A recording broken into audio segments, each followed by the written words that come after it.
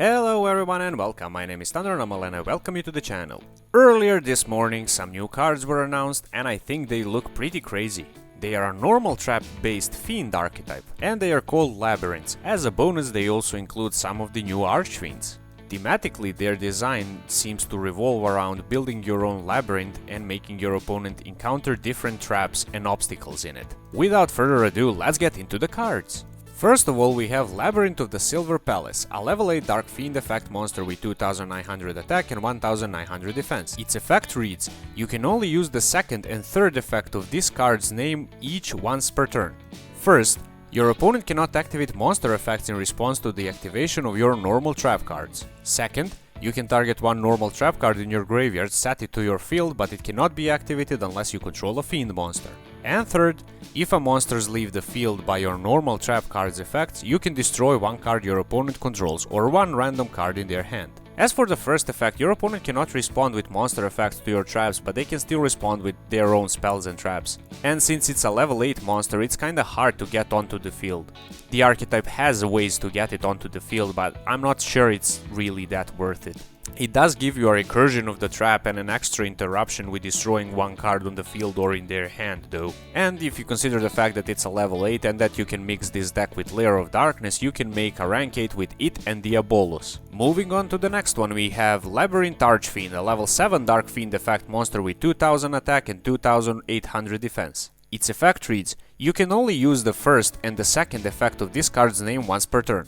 First, if a trap card is activated, you can special summon this card from your hand. Second, if this card is special summoned, you can set one normal trap that activates only when an attack is declared, directly from your deck to your field. And third, it gains 400 attack for each of the normal traps with different names in your graveyard. Monsters your opponent control cannot target fiend monsters you control for attacks except Labyrinth Archfiend. Now this one, even though it's a level 7, can be special summoned with relative ease. And it also allows you to set a trap card directly from the deck to the field. This archetype has their own in-archetypal trap that this card can search. But as a bonus, you can set any kind of Mirror Force or maybe a Magic Cylinder if you're feeling lucky. But a Telegraphed Mirror Force isn't the best card in the world. Next up is Labyrinth Servant Ariana. It's a level 4 Dark Fiend effect monster with 1600 attack and 2100 defense. Its effect reads, you can only use one of the first and second effect of this card's name once per turn and only once that turn. If this card is normal or special summoned, you can add one Labyrinth card from the deck to your hand except Labyrinth Servant Ariana. And second, if a monsters leave the field by your normal trap card's effects, you can draw one card, then you can special summon one fiend monster or set one spell or trap from your hand. This is probably the best card in the deck considering that it's a Stratos for any Labyrinth card. It also gives you a free draw and a special summon or a setting of a spell or trap card from your hand, which is pretty neat, and I think this is a definite trio in the deck. Next up is Labyrinth Chandra, a level 3 Dark Fiend effect monster with 1500 attack and 0 defense. Its effect reads, you can only use the first and second effect of this card's name once per turn.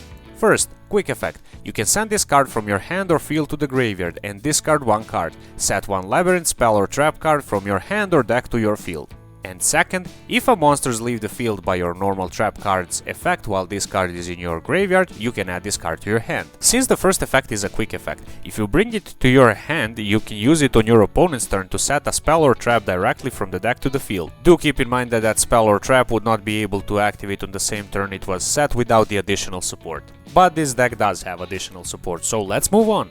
Next up is Labyrinth Stove, a level 2 Dark Fiend effect monster with 0 attack and 2000 defense. Its effect reads, you can only use the first and second effect of this card's name each once per turn. First, quick effect, you can send this card from your hand or field to the graveyard and discard one card, set one Labyrinth spell or trap card from your hand or deck to your field. And second, if the monsters leave the field by your normal trap card's effects while this card is in your graveyard, you can special summon this card. So basically it's an additional copy of Chandra, but this one special summons itself instead of adding it to your hand. Now the next card, even though it might not seem like it, I think is the most powerful card in the deck. Labyrinth Cuckoo Clock, a level 1 Dark Fiend effect monster with 0 attack and 0 defense. Its effect reads, you can only use the first and the second effect of this card's name each once per turn.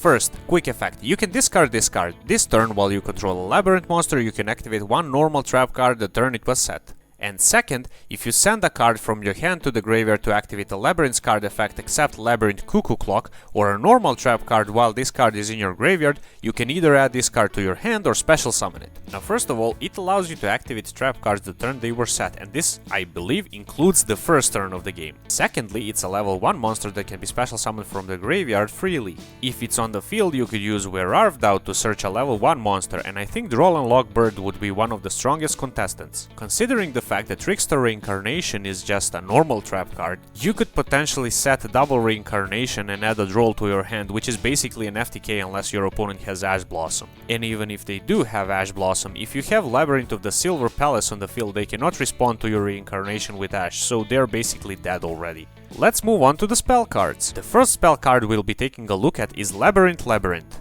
It's a field spell card for the archetype, which reads: you can use the first and second effect of this card's name each once per turn. First, if you activate a set Welcome Labyrinth normal trap, you can add this additional effect to it, destroy one card on the field. And second, if you activate a non-Labyrinth normal trap card, you can special summon one Fiend monster from your hand or graveyard. So basically your Labyrinth cards get an additional pop, and you get a free special summon from hand or graveyard if you're activating non-Labyrinth cards. This would probably be a good time to mention Protector of the Sanctuary. It's a level 4 fiend that has an effect where your opponent cannot draw cards except during the draw phases.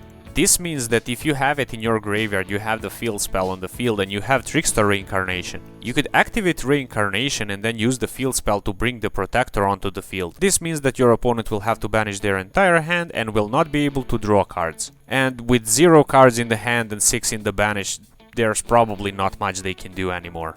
I believe it's worth noting that this is a field spell which is searchable by Metaverse, which is a normal trap that has synergy with your other cards.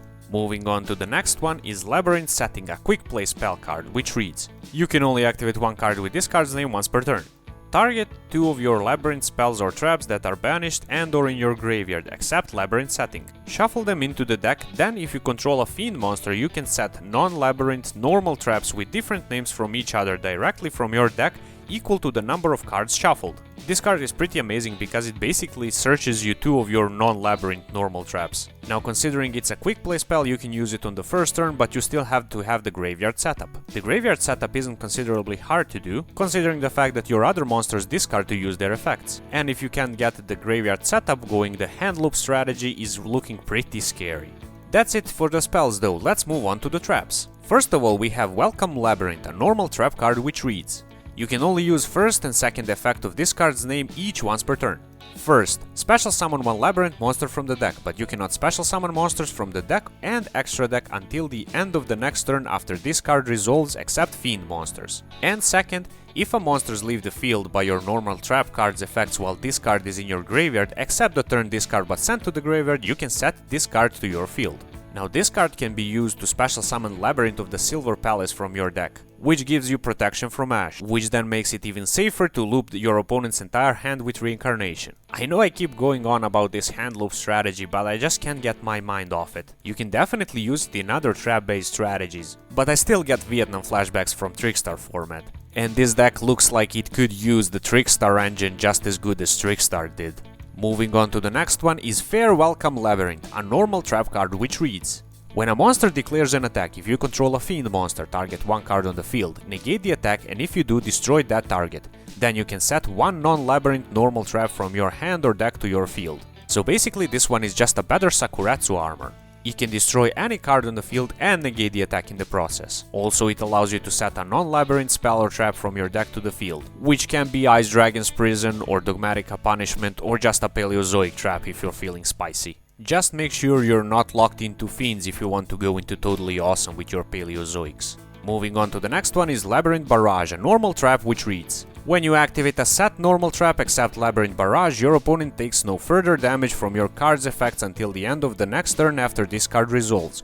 Also, this card's effect becomes that normal trap card's effect when that card is activated. This card's effect is insane.